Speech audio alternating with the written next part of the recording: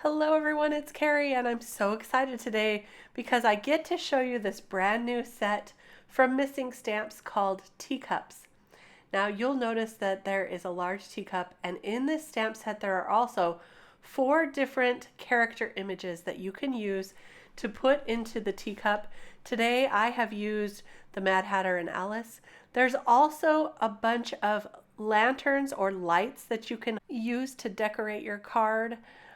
Today I am using some of these frame dies from the EIEIO frame die set that was previously released, and I used the largest one to cut out the panel, and then these two right here to cut out a scalloped border frame for this image.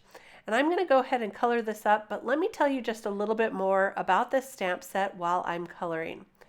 So the other images that are available are the Queen of Hearts and the White Rabbit. So you can use those as your images in your teacup as well. There are also different designs that you can use to decorate your teacup. Today I have used the rose.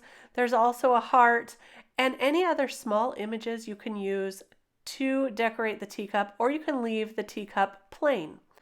There are 2 different sentiments in this stamp set. The one I've used today says it's always tea time, and there's also one that says let's party. Very, very cute sentiments to choose from.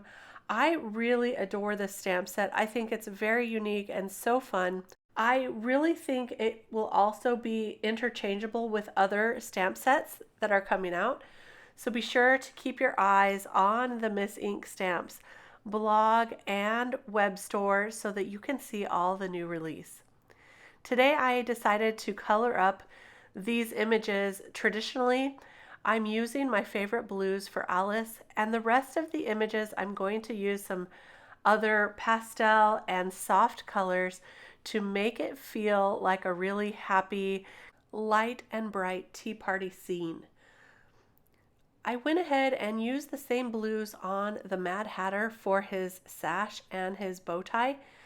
And you will see that the colors that I chose to use today, I'm using multiple times on this card. So I will also use the blues on one of the lanterns above them. And for many of the images, I'm going to do the same thing. For the rose, I colored it a soft pink, and now I'm using some light greens to color those leaves. And here's where I started to remember that I was going to color the lanterns with some of the same colors. So I went ahead with that green on one of the lanterns, and then I'm going to go in with the pinks on another one of the lanterns. I decided to use it on this longer lantern here. So these are the same pinks that I used for the rose there to decorate that teacup. Very fun to repeat the colors. And then I remembered, oh yeah, I wanted one of those to be blue as well, an Alice blue. So I went ahead and colored the last lantern with that blue shade. To finish the rest of these, I decided to repeat the green on the jacket of the Mad Hatter.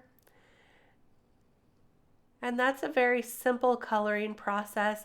I'm using the same coloring that I love to do all the time, where I start with the darkest color and then blend it out with the midtones and the lights, and then I go over it one more time when I think it needs more darkness. Here I'm bringing in a nice lavender color, which I will use on the Mad Hatter's hat and also this lantern here. And now I'm going to begin to color that teacup. I wanted it to be a soft yellow, so I started with some really, really light yellows. In the video, it doesn't show up quite as much, so I decided to go in with some darker yellows and then blend those out, but still keep it a nice soft tone. So the darker yellows I'm using inside the cup, and then I'll go through and blend all of that out. Also on the teacup itself. For the saucer of the teacup, I decided to use some of that lavender that I used on the Mad Hatter's hat to color the inside portion of that saucer, and then the outside I will also color with the yellow. This is a really cute little tea set. I did color the Mad Hatter's hair in some oranges, and then Alice gets a nice blonde hair treatment. And then I colored up the tea kettle or the teapot with the same oranges as the Mad Hatter's hair. So the repeating colors really help out for coloring this scene.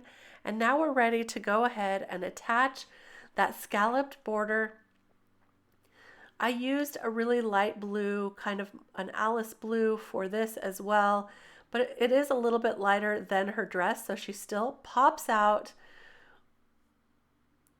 And now I'll go ahead and attach that to the card base. The card base is 110 pounds, so it's a real nice weight for this card. And to finish this off, it just needs one more thing. So I brought in some pearls that I had, which are pink and green. They're kind of a variegated color. So pretty on this scene, but you could use anything you have. You could use stickles, you could use any drops that you have. Liquid pearls would be beautiful as well, or sequins.